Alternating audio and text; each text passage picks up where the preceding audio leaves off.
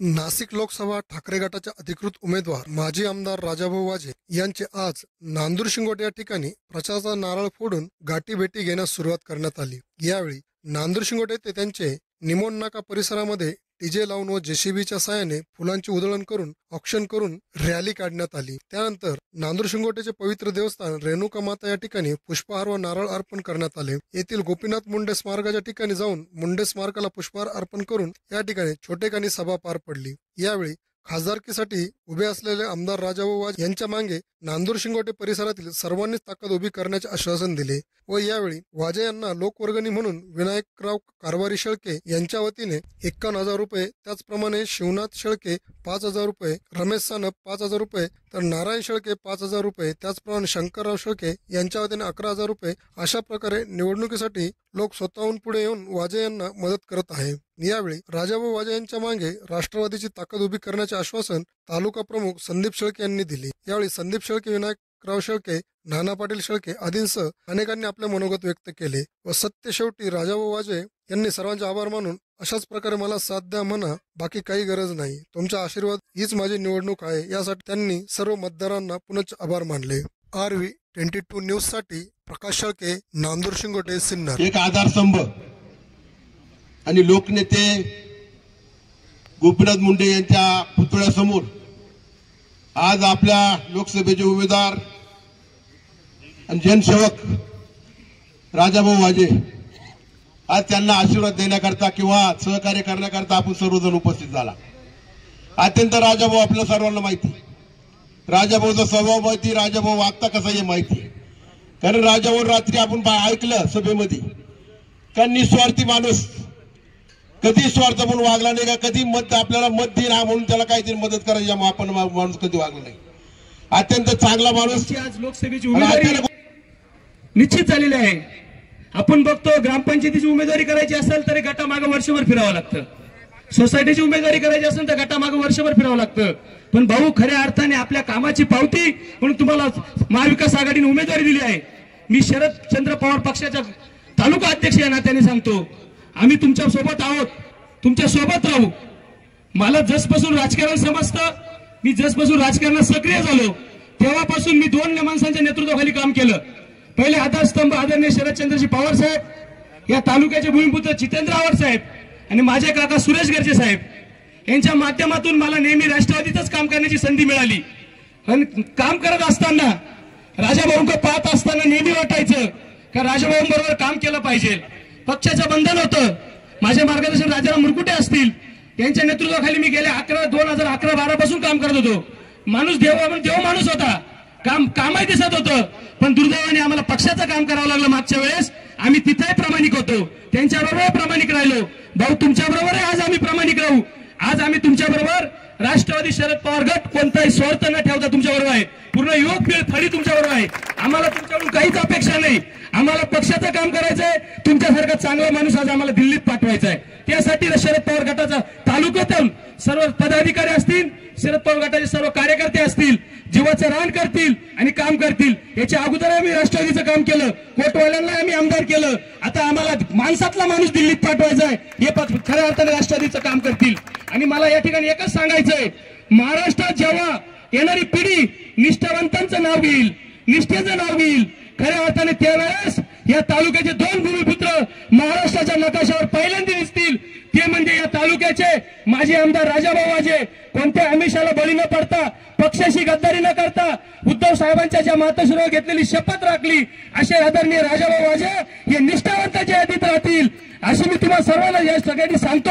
मुंडे साहेबांना स्मरून सांगतो, राजाभाऊ तुमची निष्ठा वाया जाणार नाही, तुम्ही जी पक्षाला निष्ठा दाखवली, तुम्हाला खूप आमिष दाखवत होते, मी आव्हाड साहेबांच्या जवळ असल्यावर मला माहित होतं, पण भाऊ तुम्ही या सगळ्या गोष्टीला लाथ मारून निष्ठेवर थांबले, म्हणून या तालुक्याचे 2च लोक असे आहे, एक राष्ट्रवादीमध्ये जितेंद्र आव्हाड आणि दुसरे आपल्या मनातले राजाभाऊ वाजे। अशा 2 निष्ठावंतांना आज या ठिकाणी शपथ देतो, मरेपर्यंत आव्हाड साहेबांबरोबर राहीन आणि महाविकास मंडळी म्हणून तुमच्या बरोबर काम करीन निस्वार्थपणे, एवढंच सांगतो।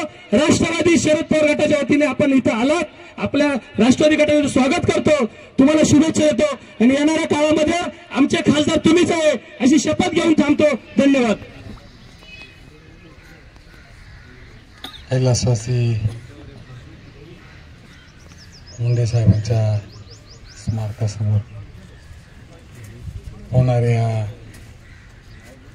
प्रचार सभेसाठी उपस्थित सर्व मान्यवर, प्रत्येकाचं नाव घेणं गरजेचं असलं तरी वेळेच्या अभावी प्रत्येकाचं नाव घेऊ शकणार नाही म्हणून दिलगिरी व्यक्त करतो. उपस्थित सर्व ज्येष्ठ श्रेष्ठ नागरिक आणि तरुण सहकारी मित्रांनो,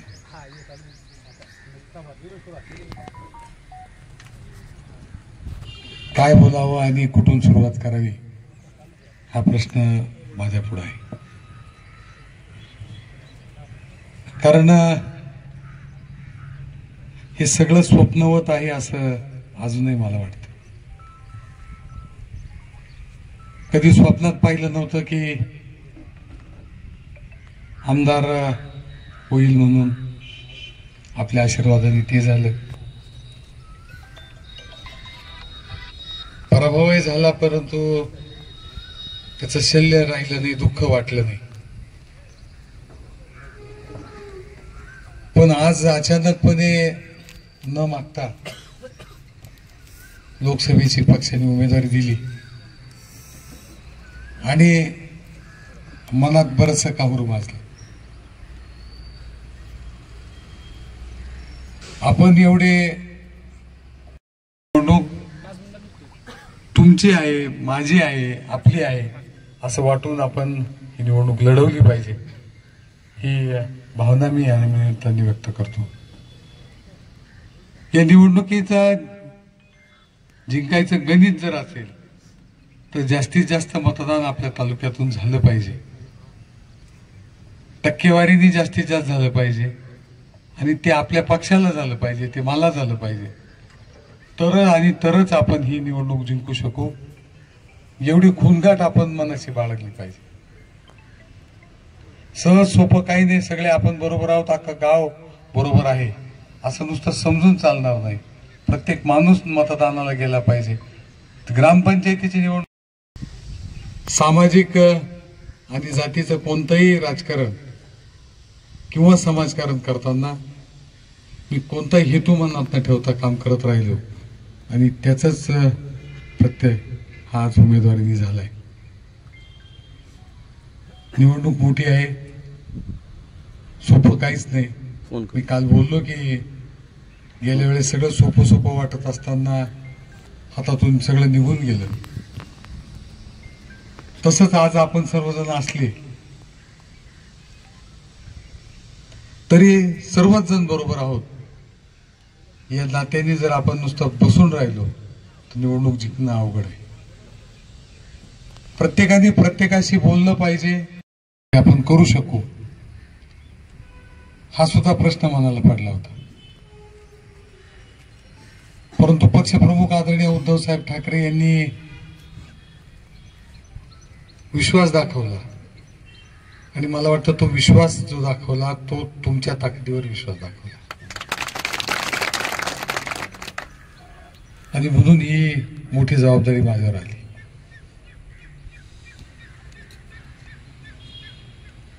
पक्षाच्या वाईट काळातही निष्ठेने काम केलं आणि आज आपण सर्वजण इथं उपस्थित आहोत. मी तसं पाहायला गेलं तर सिन्नर तालुक्यातून कैलासवासी आव्हाड साहेब असतील तिथपर्यंत पोहोचतील अशा लढाईच्या स्वरूपात मला वाटतं पहिल्यांदाच उमेदवारी आपल्या तालुक्याला मिळालेली आहे. पक्षाने काय द्यावं मला वाटतं पक्षाने आपल्याला भरपूर दिलेले. पक्षाने आपल्याला पहिल्यांदा जिल्हा परिषदेचं अध्यक्षपद दिलं आणि आता पक्षाने पहिल्यांदा मला माझ्या स्वरूपाने माझ्या रूपाने लोकसभेची उमेदवारी दिली. निवडणुका आहेत, निवडणुकीचे निकाल काय लागतील आपल्याला सांगता येणार नाही. परंतु आपण सर्वजण बरोबर राहून निवडणुकीच्या निकालाच्या दिवसापर्यंत आपण सर्वजण असे जरी बरोबर राहिले तरी मी जिंकलो असं नसेल. निवडणूक मोठी आहे, वेगवेगळे त्याला कंगोरे आहेत, परंतु आजपर्यंत ज्या पद्धतीने मी काम केलं, कोणताही समाज वेगळा न समजता प्रत्येकाच्या घरात आपण आहोत, आपले घरात सगळेजण आहेत या भावनेने आजपर्यंत मी काम केलं. कमीत कमी एखाद 2 दिवस तरी त्यांचा आशीर्वाद एकदा घेऊ द्या आणि मग मी पुढे जाऊ शकतो. मी तुमच्याकडे आशीर्वाद, आपलं समर्थन, आपलं सहकार्य मागण्याची विनंती करण्यासाठी आलेलो आहे आणि ती आपण जरूर द्यावी ही आशा व्यक्त करतो. निशाणी आपल्याला माहिती आहे, आजपर्यंत मी ज्या निवडणुका लढलो त्या धनुष्यबाण या निशाणीवर लढलो, परंतु आता निशाणी मशाल आहे आणि त्या मशालीच्या चित्रासमोरील बटन दाबून 20 मेला होणाऱ्या निवडणुकीत मला विजयी करावा ही विनंती करतो. आपण सर्वजण आज ज्या तळमळीने आल्यात तीच तळमळ 20-5 ला